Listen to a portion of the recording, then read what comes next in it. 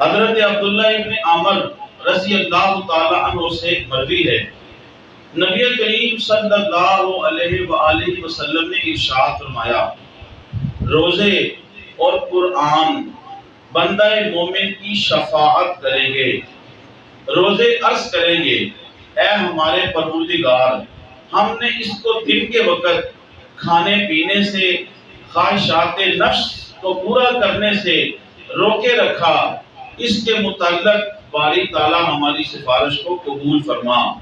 قرآن مجید عرض کرے گا، میں نے اس کو رات کے وقت سونے سے روکے رکھا اور تراویح کی صورت میں میں نے تیری بارگاہ میں اسے کھڑا رکھا، اس کے حق میں پروردگار میری شفاعت کو قبول فرما۔ تو اللہ تبارک و تعالی روزوں کی اور قرآن کی سفارش اور شفاعت کو قبول فرما لے گا۔ واجب الاحترام، اسلامی تاریخ میں روزے رکھنے کا حکم 2 ہجری میں نازل ہوا، جب حضور صلی اللہ علیہ وآلہ وسلم ہجرت فرما کر مدینہ المنورہ تشریف لائے تو ابتدا میں آپ صلی اللہ علیہ وآلہ وسلم ہر مہینے کے 3 روزے، جسے ایام بیس کے روزے اور صوم داؤدی بھی کہتے ہیں، یعنی چاند کی 13، 14، 15 تاریخ کو یہی روزے رکھا کرتے تھے۔ اسی طرح عاشوراء کا روزہ یہ بھی حضور نبی کریم صلی اللہ علیہ وآلہ وسلم رکھا کرتے تھے۔ جب رمضان شریف کے روزے فرض کر دیے گئے تو پھر یہ منسوخ کر دیے گئے۔ واجب الاحترام، نبی کریم صلی اللہ علیہ وآلہ وسلم نے ارشاد فرمایا، اللہ تبارک و تعالیٰ فرماتا ہے کہ اے ابن آدم، یعنی اے انسان، تیرا ہر عمل اس کے لیے اپنے لیے ہے، لیکن روزہ جو ہے وہ صرف و صرف میرے لیے ہے، اور اس کا بدلہ اور اس کی جزا اور اس کا ثواب بذات خود میں ہوں، یا اس کا بدلہ اور اس کی جزا جو ہے میں خود عطا کروں گا۔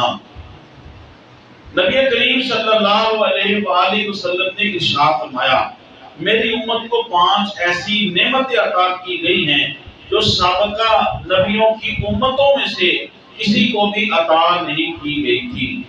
ان میں سے پہلی یہ ہے کہ جب رمضان شریف کی پہلی رات ہوتی ہے تو اللہ تبارک و تعالیٰ امت محمدیہ کی طرف رحمت اور کرم کی نگاہ فرماتا ہے، اور جسے اللہ تبارک و تعالیٰ ایک مرتبہ رحمت اور کرم کی نگاہ سے دیکھتا ہے تو اسے کبھی عذاب نہیں دیتا۔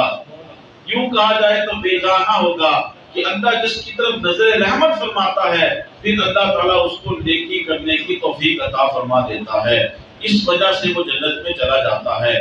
دوسرا فرمایا کہ اللہ تبارک و تعالیٰ ملائکہ کو، فرشتوں کو حکم دیتا ہے وہ اس امت کی مغفرت اور بخشش کے لیے میری بارگاہ میں دعا کریں۔ روزے دار کے منہ سے آنے والی جو خوشبو ہے اللہ تبارک و تعالیٰ کو کستوری کی خوشبو سے زیادہ پسندیدہ ہے۔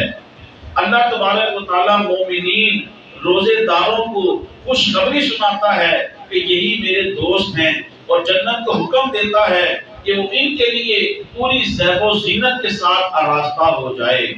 5ویں خصوصیت جو صرف امت محمدیہ کو حاصل ہے کہ اللہ تبارک و تعالیٰ ان تمام کے گناہ بخش دیتا ہے۔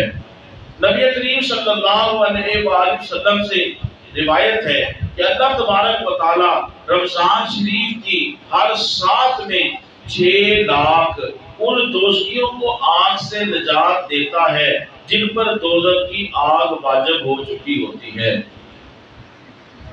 روزے کی یا روزے داروں کی 3 قسمیں ہیں، ایک ہے عوام کا روزہ، ایک ہے خاص کا روزہ، اور ایک ہے اخص الاخص کا روزہ۔ عوام کا روزہ کیا ہے؟ عوام کا روزہ یہ ہے صبح سے لے کے شام تک اپنے آپ کو کھانے پینے سے، خواہش نفس سے روکے رکھا یا بڑے بڑے گناہوں سے بچ کے، یہ ہے عوام کا روزہ۔ خاص کا روزہ یہ ہے کہ وہ اپنے تمام اعضاء کو ناجائز فعل کرنے سے بچائے رکھتے ہیں، وہ صرف کھانے پینے سے نہیں رکتے بلکہ اپنی آنکھ کا بھی روزہ رکھتے ہیں کہ آنکھ کو بھی ان چیزوں سے بچا کے رکھتے ہیں جن چیزوں سے اللہ نے رکنے کا حکم دیا ہے۔ اپنی زبان کا بھی روزہ رکھتے ہیں، جھوٹ نہیں بولتے، غیبت نہیں کرتے، غیبت نہیں کرتے، چغلی نہیں کرتے، اور اس قسم کے دوسرے ایسی باتیں جس سے اللہ نے حکم دیا ہے کہ اسے رک جاؤ، ان چیزوں سے بھی اپنی زبان کو باز رکھتے ہیں۔ اسی طرح واجب الاحترام، میں تفصیل کروں گا وقت زیادہ ہو جائے گا، کان ہے، ناک ہے، ہاتھ ہے، پاؤں ہیں، اصل روزہ تو یہی ہے۔ تو یہ ہے خاص لوگوں کا روزہ۔ ایک ہے اخص الخاص لوگوں کا روزہ، یعنی زیادہ خاص لوگوں کا روزہ، وہ صرف کھانے پینے سے نہیں رکتے بلکہ کھانے پینے سے، خواہش نفس سے بھی رکتے ہیں، اور اپنے تمام جسمانی اعضاء کو بھی اللہ تعالیٰ کی حرام کردہ چیزوں سے اور ممنوع چیزوں سے بچا کے رکھتے ہیں، بلکہ اس کے ساتھ ساتھ ان کا دل بھی صرف اللہ کے سوا اور کسی طرف مائل نہیں ہوتا، یعنی ماں سے اللہ کے سوا ہر چیز سے وہ بے نیاز ہو جاتے ہیں۔ ایک شاعر نے کیا خوب کہا، ہتھی روزہ، اکھی روزہ، کنی روزہ، ہتھی روزہ، اکھی روزہ، کنی روزہ، تے روزہ سارے بدن دا، ایسے روزے داراں ہوتے وسے بھی کرم دا، یعنی اس پورے جسم کی اعضاء کا روزہ ہے۔ آج کل کچھ لوگ روزہ رکھتے ہیں لیکن گالی گلوچ، جھوٹ، کام تولنا، تو سارے کام ایسے کر لیے۔ کچھ لوگ تو نوجوان ایسے ہیں کہ روزہ رکھ لیا پھر سارا دن سوئے رہے، نہ نماز پڑھی اور رات کو افطاری کر لی۔ تو یہ تو روزے کا مقصد نہیں ہے۔ روزے کا مقصد تو یہ کم از کم نمازیں پڑھی جائیں باجماعت تکبیر اولا کے ساتھ، تلاوت کلام مجید کی جائے اور سارے ان کاموں سے بچا جائے جن سے بچنے کا اللہ تبارک و تعالیٰ نے حکم دیا ہے۔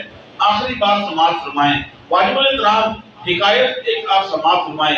ایک مجوسی یعنی آگ پرست بصرہ میں رہتا تھا، اس نے اپنے لڑکے کو رمضان شریف میں دن کے وقت کوئی چیز کھاتے ہوئے دیکھا تو اس نے غصے سے اس کو تھپڑ مارا اور کہا کہ تمہیں معلوم نہیں کہ مسلمانوں کے روزے ہیں، تم رمضان کا ادب و احترام کرو۔ چنانچہ وقت گزرتا گیا یہاں تک کہ وہ مجوسی آتش پرست آگ کی پوجا کرنے والا اس کا انتقال ہو گیا۔ اس کا پڑوسی عالم دین تھا، اس نے خواب میں کیا دیکھا، وہ آگ کی پوجا کرنے والا مجوسی آتش پرست وہ جنت کی نعمتوں سے لطف اندوز ہو رہا ہے۔ عالم دین نے پوچھا، آپ تو مجوسی تھے، آتش پرست تھے، مسلمان تھے نہیں، آپ جنت میں کیسے چلے گئے؟ اس آتش پرست نے کہا کہ ایک دن جب رمضان میں میرے بچے نے رمضان کی بے ادبی کی تو میں نے جب اسے جھڑکا اور رمضان کا ادب کرنے کے کہا تو اللہ تبارک و تعالیٰ نے اس عمل کی وجہ سے مرنے سے پہلے مجھے کلمہ طیبہ پڑھنا نصیب کر دیا۔ یہاں تک کہ کلمہ طیبہ پڑھنے کی وجہ سے، کیونکہ حدیث پاک کے اندر آتا ہے کہ کلمہ طیبہ جب بندہ پڑھ کے مسلمان ہوتا ہے تو کلمہ طیبہ پڑھنے کی وجہ سے ماں قبل جتنے بھی گناہ ہوئے حالت کفر میں اللہ تبارک و تعالیٰ اپنے ذمہ کرم سے اسے معاف فرما دیتا ہے۔ تو وہ مجوسی کہتا ہے کہ مرنے سے پہلے رمضان کا ادب کرنے کی وجہ سے اللہ نے مجھے کلمہ نصیب کر دیا اور یوں اللہ نے ذمہ کرم سے مجھے جنت کے اندر داخل فرما دیا۔ واجب الاحترام، جب ایک مجوسی رمضان کا ادب کرے تو اللہ مرنے سے پہلے اسے کلمہ نصیب فرما دیتا ہے۔ تو جب مسلمان مومن نمازی رمضان کا ادب و احترام کرے گا، مسلمان احترام کرے گا تو اللہ اسے کتنے فضل سے نوازے گا۔ اللہ تعالیٰ ہمیں بقیہ ماندہ رمضان میں خوب عبادات کرنے کی توفیق عطا فرمائے۔ آمین وعلیہ السلام۔ اللهم صل على سيدنا ومولانا محمد معدن الجود والكرم ربنا ظلمنا انفسنا وان لم تغفر لنا وترحمنا لنكونن من الخاسرین۔ بارگاہ تیرے فضل تیری توفیق سے نماز فجر ادا کی، مالک کریم چند لمحے ذکر و فکر کیا، ہماری حاضری کو شرف قبولیت عطا فرما۔ مالک و مولا جو بیمار ہیں انہیں شفا عطا فرما۔ مالک و مولا جو دنیا سے چلے گئے ان کی کامل مغفرت فرما۔ پروردگار عالم پریشان حالوں کی پریشانیوں کو دور فرما، مشکل زدوں کی مشکلوں کو آسان فرما، مصیبت زدوں کی مصیبتوں کو دور فرما، بے اولادوں کو صاحب اولاد بنا، جو صاحب اولاد ان کی اولاد کو نیک صالح والدین کا تابع فرمان بنا، جو اولاد نرینہ کے طلبگار ہیں ماہ رمضان کی برکت سے انہیں اولاد نرینہ عطا فرما۔ حاضرین جماعت کی دلی نیک حاجات کو پورا فرما۔ اس مسجد نمازی مقدمین معاونین اہل علاقہ پر اپنا فضل و کرم فرما، عالم اسلام اور پاکستان کی خیر فرما، امت مسلمہ کی خیر فرما۔ مالک کریم ماہ رمضان ہے، تیری رحمت عروج پہ ہیں، ماہ رمضان کے ان بابرکت لمحات میں مالک و مولا تیری بارگاہ میں عرض گزار ہیں، ہماری دعاؤں کو شرف قبول عطا فرما، مسبب الاسباب حج عمرہ کی سعادت عظیم عطا فرما۔ اللہم اغفر وارحم وانت خیر الراحمین، وصلی اللہ تعالی علی خیر خلقہ محمد وعلی آلہ واصحابہ اجمعین۔